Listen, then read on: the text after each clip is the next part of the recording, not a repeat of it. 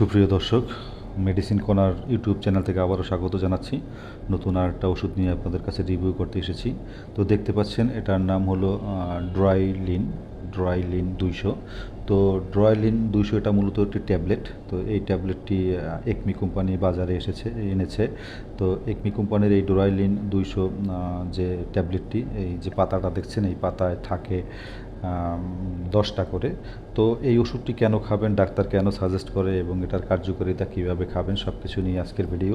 যারা আমাদের সাথে আছেন অবশ্যই তাদেরকে ধন্যবাদ, এবং যারা চ্যানেলটা এখনই সাবস্ক্রাইব করেননি তা অবশ্যই সাবস্ক্রাইব করে নিন, এবং যারা সাবস্ক্রাইব করেছেন তাদেরকে অসংখ্য ধন্যবাদ জানাচ্ছি।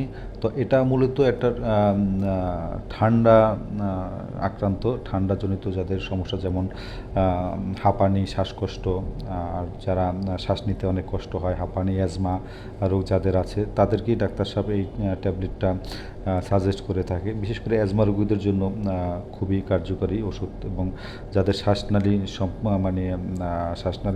শ্বাস করতে কষ্ট হয়, এই ওষুধটা সেবন করলে সেই শ্বাস যে নালীটা সম্প্রসারিত করে শ্বাস নিতে কার্যকরী ভূমিকা পালন করে এই ওষুধটার মাধ্যমে। তো যাদের হাঁপানি, শ্বাসকষ্ট, তারা কিন্তু এটা নিয়মিতই ডাক্তাররা এটা সাজেস্ট করে থাকে, এই ট্যাবলেটটি যে ডোরাইলিন 200। তো দর্শক, এটা মূলত এই আবারও বলি, ঠান্ডাজনিত রোগে যারা আক্রান্ত, অ্যাজমা, যাদের হাঁপানি, শ্বাসকষ্ট, তারা খেতে পারেন, তবে অবশ্যই ডাক্তারের পরামর্শ মোতাবেক এটা সেবন করবেন।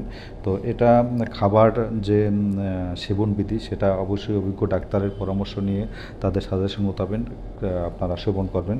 তবে আমরা যতটুকু অভিজ্ঞতা থেকে বলতে পারি, যেটা হলো, এটা প্রতিদিন প্রাপ্তবয়স্ক যারা, তাদেরকে প্রতিদিন একটি করে অথবা দুটি খাবারের পরে, সকাল অথবা রাতে একটি করে খাবেন। অবশ্যই ভরা পেটে খাবেন ওষুধটি। আর হাই প্রেশার বা হার্টের রোগ যারা আছে, তাদের খাওয়ার জন্য অবশ্যই ডাক্তারের পরামর্শ মোতাবেক পরামর্শ নিয়ে খাবেন। তাদের জন্য আমরা আসলে খেতে এটা বারণ করছি। অবশ্য ডাক্তার যদি বলে সেটা খেতে পারবেন তাদের যে পরামর্শ মোতাবেক।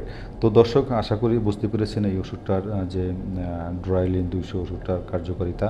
তো অবশ্যই যারা এই সব ঠান্ডাজনিত রোগে ভুগছেন, তারা এই ওষুধটা কাছে রাখতে পারেন এবং সেবন করতে পারেন। তো দর্শক, আজ বিদায় নিচ্ছি। দেখা হবে আবার নতুন কোনো ভিডিও বা নতুন কোনো ওষুধ বা ট্যাবলেট বলেন, সিরাপ বলেন, তার রিভিউ নিয়ে। সেই পর্যন্ত ভালো থাকবেন।